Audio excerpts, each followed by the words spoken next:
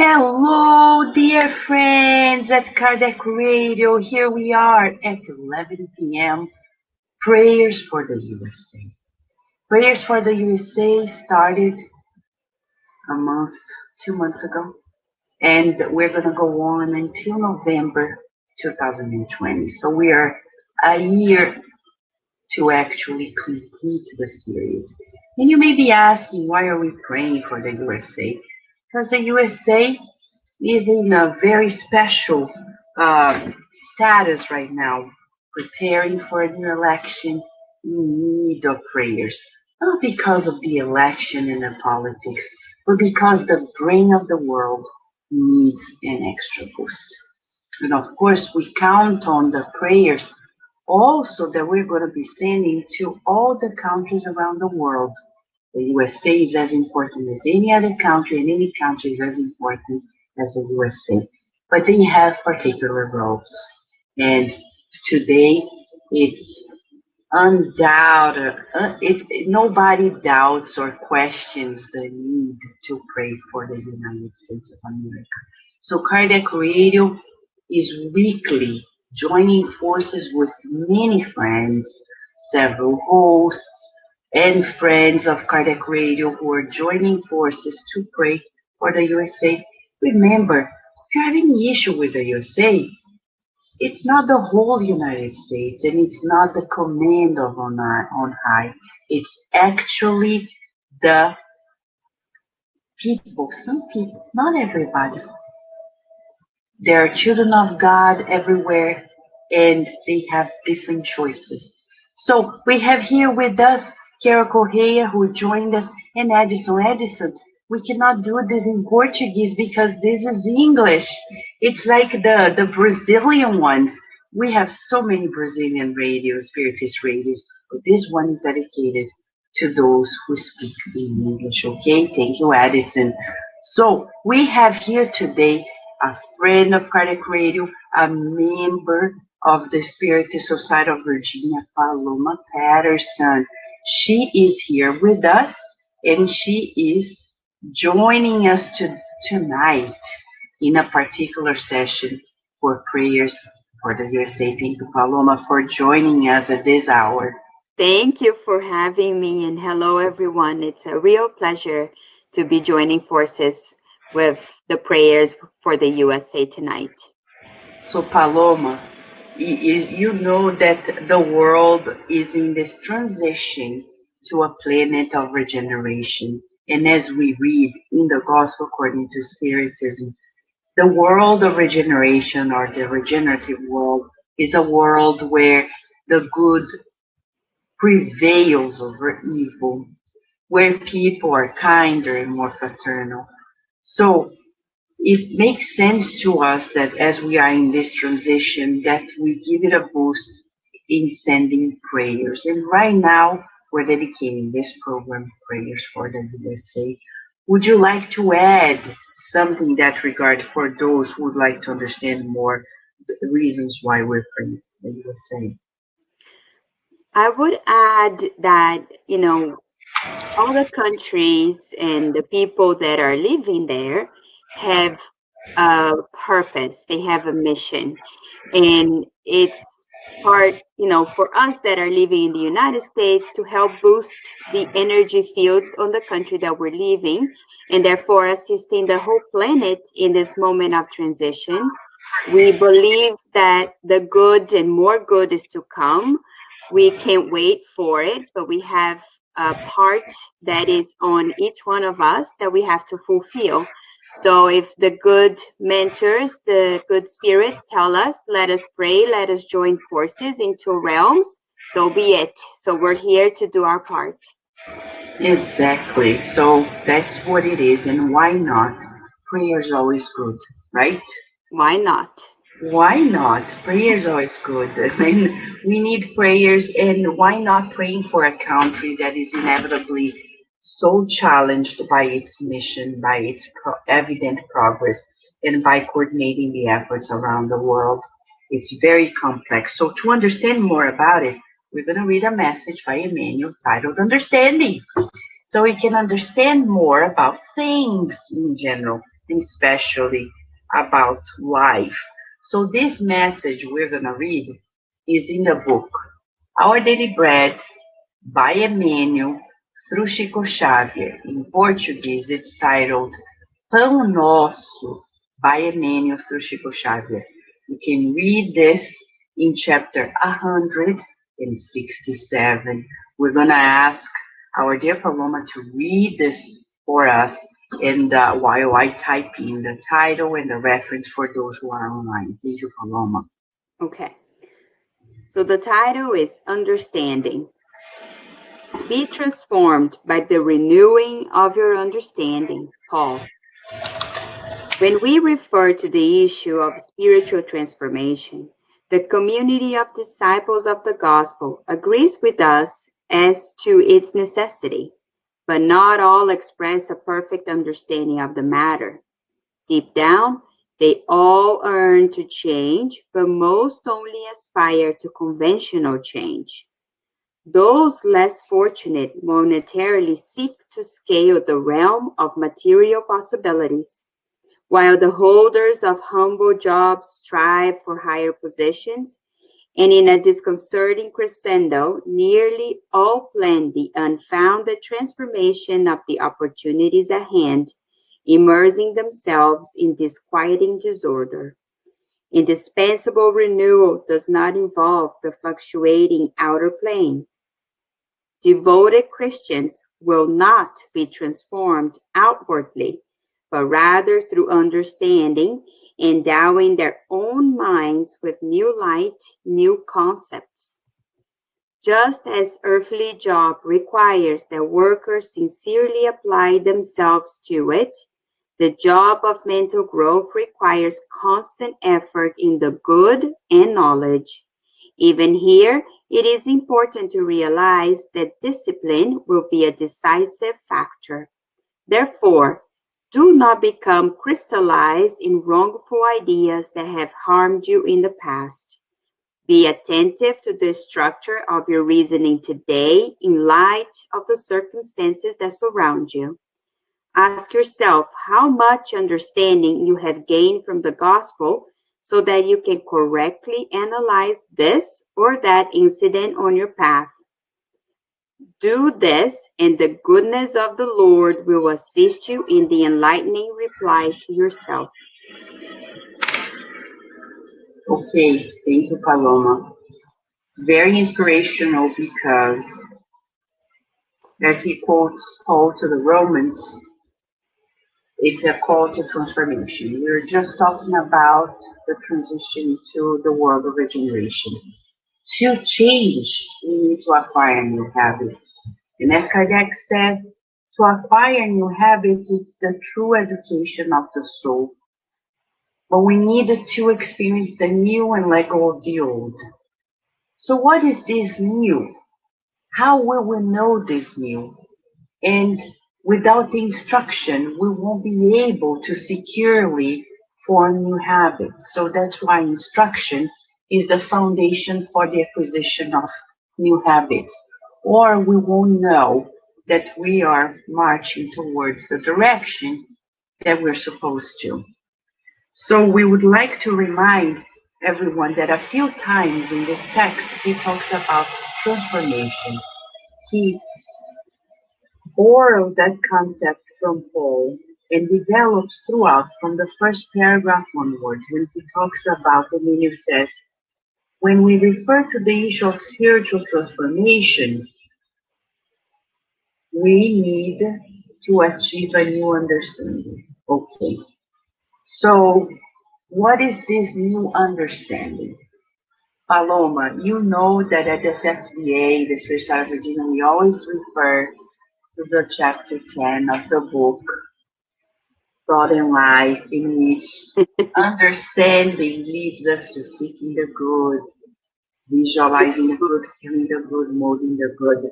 I think we've been working on this for quite a while there, right? Yes, we have.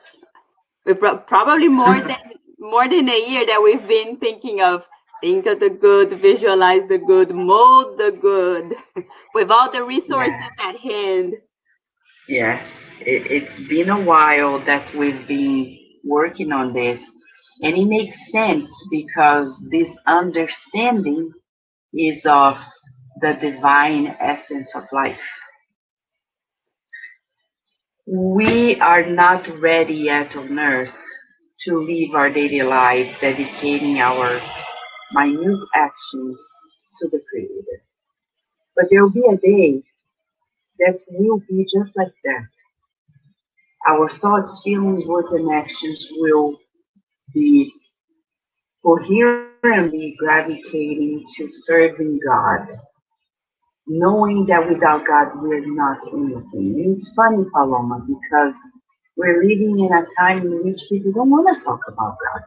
And in the United States, it's the very case. People don't want to talk about it. It's even bad if you talk about God or talk, even say the word God in the streets or in schools, at work.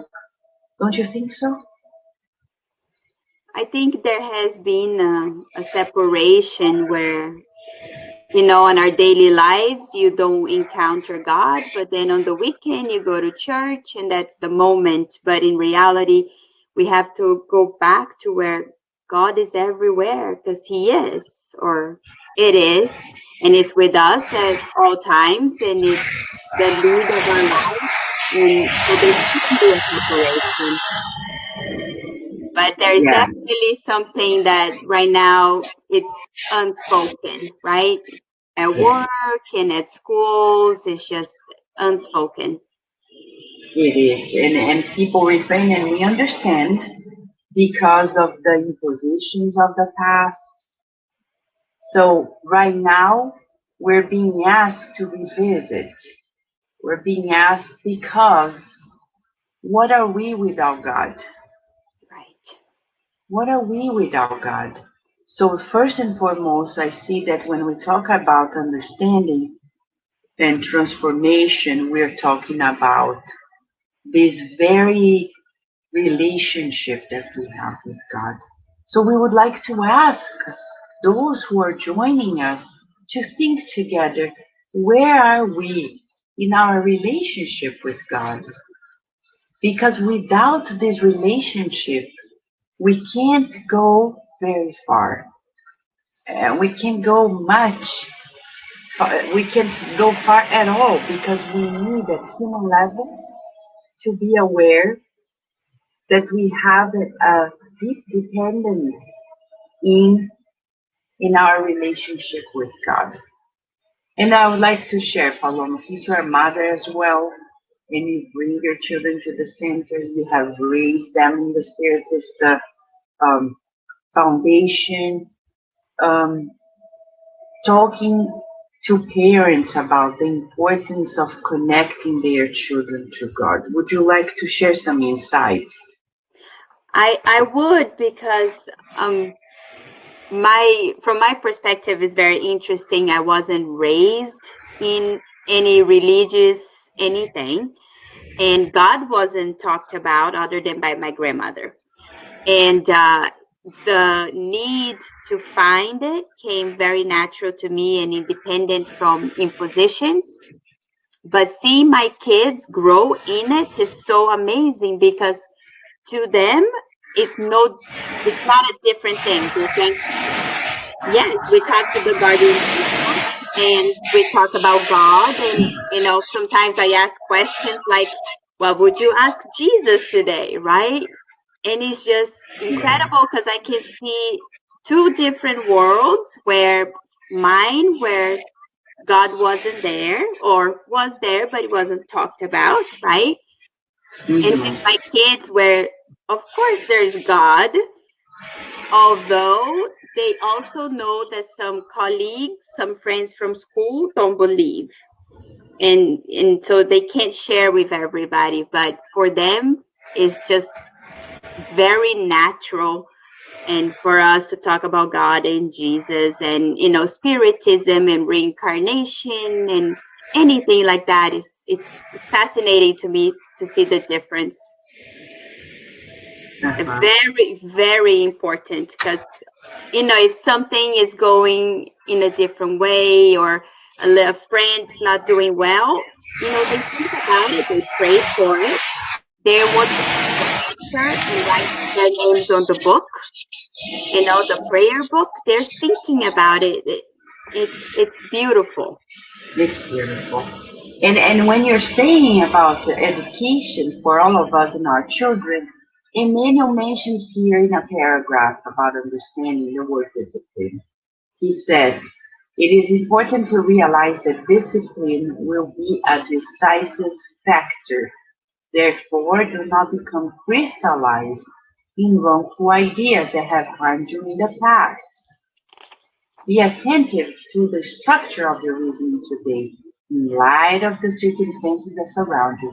It's interesting. I was watching a little bit of a TED Talk when they say, change your story, change your life. And I forgive me for not recalling exactly the name of the person who is leading it, but if people Google it, they will find it. Change your story, change your life. It's a TED Talk. And it's interesting because Emmanuel is saying exactly that. He's saying, you can choose right now what you want to focus on. When you change your story, you can change your life because you'll no longer be victims. We can always reinvent ourselves, begin anew, and that's how we're supposed to be. Always finding new ways to come around obstacles in our lives. And he says discipline is decisive. But what is discipline, right? Discipline depends on our will. Will is the driving force of the soul. So it's on our goodwill to change the direction and move ourselves into that transformative pathway. Yes. So, as you're saying, to pass it on to our children is also very empowering. No matter the odds, we'll find the good in it because if God is allowing circumstances to happen, counting on the free will of everybody, it's because we are able to move forward, to change ourselves, right? Absolutely. I don't think God would give us any less than we can handle, and He would give everything that we need right now. So if He's saying go and get it done, and it's, up to each one of us, it's because we can and we must.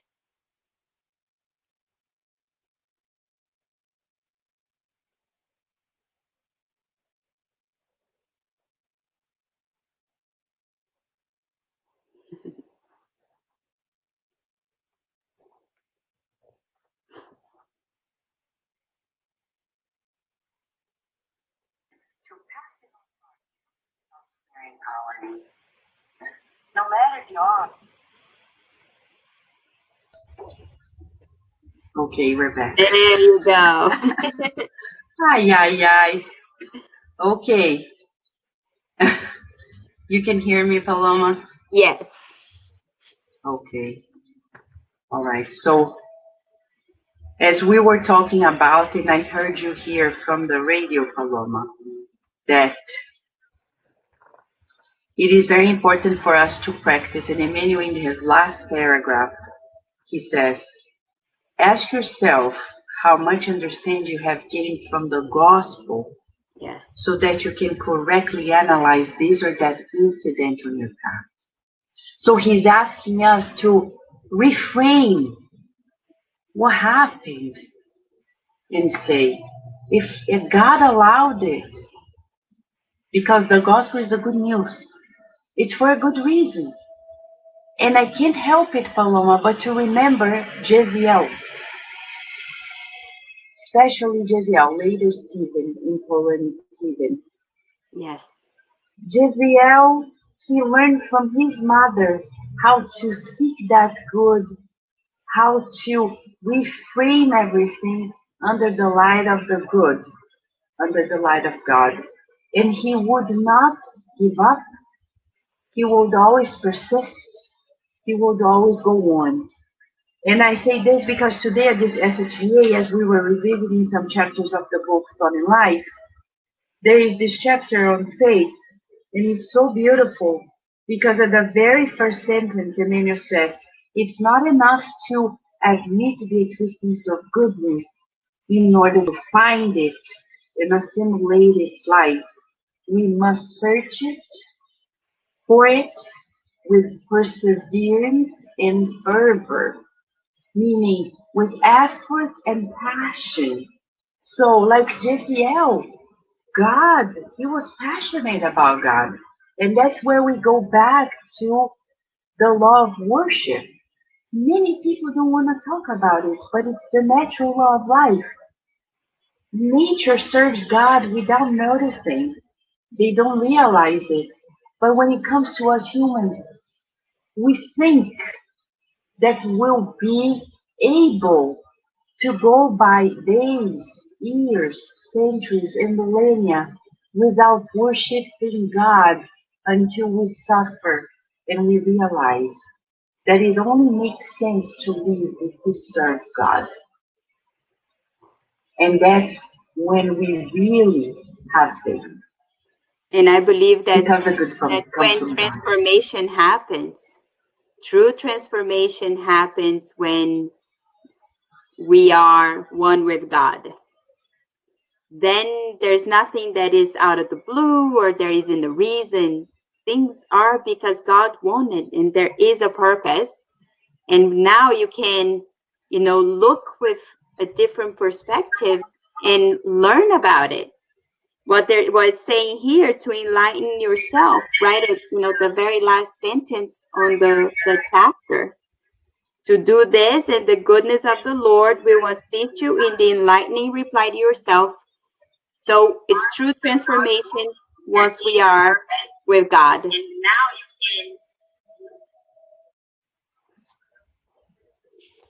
So, Paloma, as you're saying this about the purpose of our lives, as we align ourselves, harmonize ourselves with God, serving God, and finding the pleasure of serving God, we now would like to invite everyone to join us in a prayer. Okay? Let's then, friends, join forces and pray. Pray for everybody, but especially for the United States of America. And for those who doubt the need of doing this, we would say, go through history and find out the much good that came to earth thanks to the efforts of the United States of America. And by being grateful and acknowledging it, appreciating it, we'll feel more this togetherness. The world of regeneration accommodates this solidarity amongst nations, this fraternity amongst nations as well. Shall we, Paloma? I'm Yes. going to begin the prayer and then I'm going to pass the word to you, okay? Okay.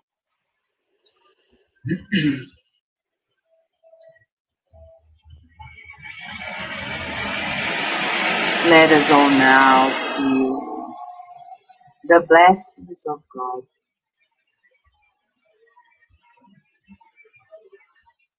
Dear God, we thank you so much for bringing us together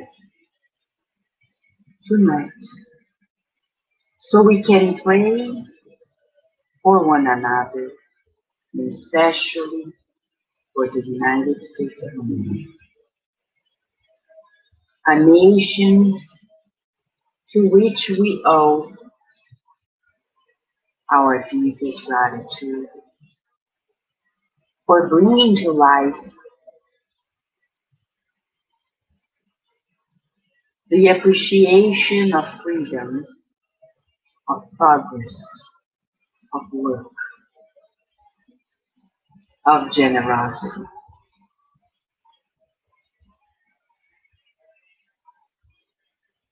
We know that all nations are in solidarity and they are under the command of your messengers. But we, the citizens of the world, still divide ourselves by nationalities, forgetting that a nationality is just a passing, a temporary state. Though meaningful in some ways, may it not be limiting, and may we feel in our hearts the openness to embrace everyone irrespective of their walk of life, irrespective of their citizenship, of their birth country. May we all feel ourselves united as children of God. May we pray for all the leaders in the United States of America, the leaders of all different businesses, politics, education. May the schools in our country feel the protection of your loving heart. May the homes in the United States of America receive a shower of His healing. May the leaders of all businesses remind themselves of their connection with you, God. And may also the White House, the Capitol, and all the governance of each and every state of the United States of America receive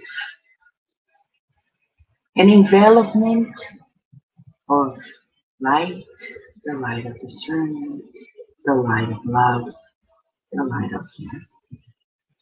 We believe in the good, dear Lord, and only the good.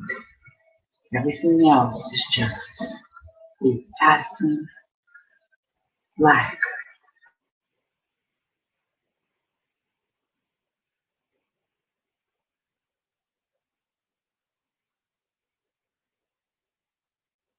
We would like to continue the prayer,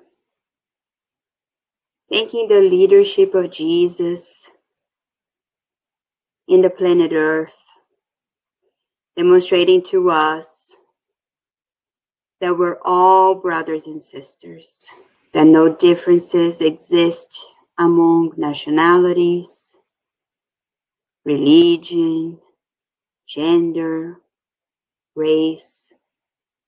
Thank you, Jesus, for demonstrating to us how to live our lives according to the divine laws.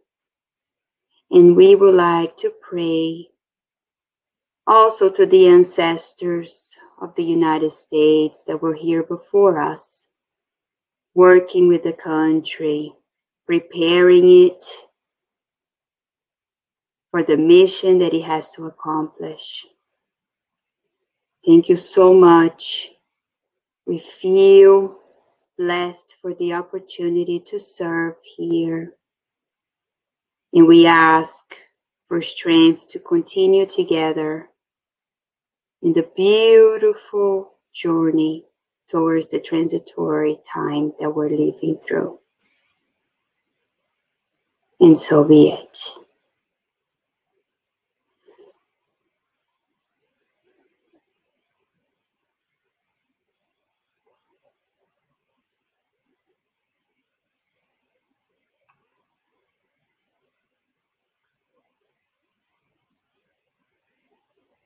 Thank you, everyone. I think Vanessa will come back soon. But thank you for the beautiful prayer that we just did together. We're very grateful.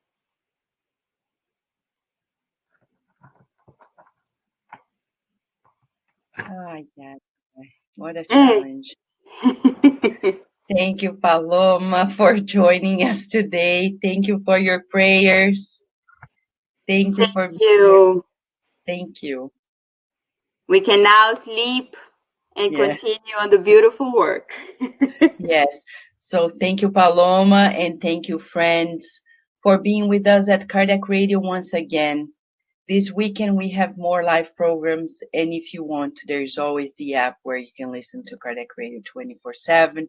If you want specific podcasts, you can still go to our podcast list at SoundCloud/Kardec Radio. Thank you, Paloma. Thank you, friends. Until next time.